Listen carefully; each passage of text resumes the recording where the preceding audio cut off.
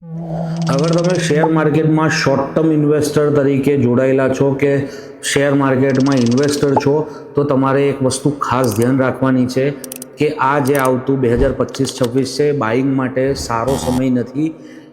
આ સમયમાં share market કકડભૂસ થવાના ચાન્સીસ બહુ જ છે, કારણ કે શનિદેવ અત્યારે મીન રાશિમાં આવશે. પાઇસિસમાં એમનું એક અલગ જ મહત્ત્વ છે. એમની ખુદની રાશિ છોડીને અત્યારે મીનમાં જઈ રહ્યા છે, ગુરુની રાશિમાં. તેથી અત્યારે શેર માર્કેટ કકડભૂસ થવાના ચાન્સીસ બહુ જ વધારે છે.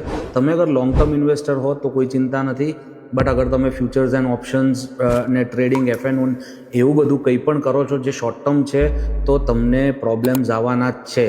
તો કૃપયા કરીને તમે આ રીલ સેવ કરો અને શેર કરો એ પણ લોકોને જે શેર માર્કેટમાં ઇન્વેસ્ટર છે. ધન્યવાદ.